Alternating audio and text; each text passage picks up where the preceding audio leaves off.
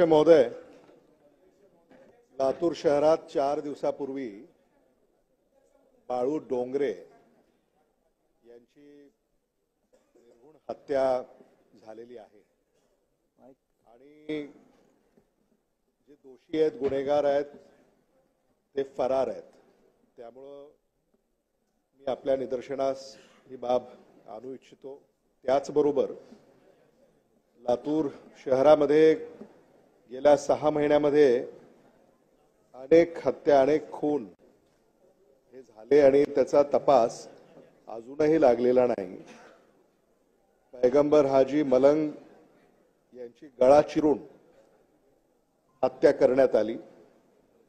तसेच बशीर मदार शेख बाबळगाव, म्हणजे माझ्या गावाचा हा नागरिक, त्याची तीक्ष्ण हत्याराने हत्या करण्यात आली आणि अजूनही गेली 2 वर्ष याचा तपास पोलिसांना लावता आलेला नाही आहे.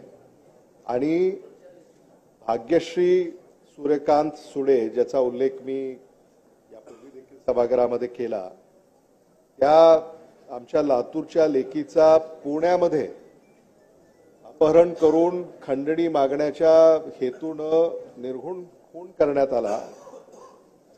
त्या दोषींना फाशीची शिक्षा, सरकारी वकिलाची नेमणूक आणि फास्ट ट्रॅक कोर्ट हे आपल्या माध्यमातून शासनाला माझी अशी विनंती आहे की लातूर येथे हे फास्ट ट्रॅक कोर्ट गठीत करावे आणि या कायदा आणि सुव्यवस्था या संदर्भामध्ये लातूर शहर आणि जिल्ह्यामध्ये जी उदासीनता महाराष्ट्र शासनाच्या वतीनं आणि गृह विभागाच्या वतीनं इथं आम्हाला पाहायला मिळते, हे मी आपल्याला औचित्याच्या मुद्द्याद्वारे या विधानसभा सभागृहामध्ये मांडतोय.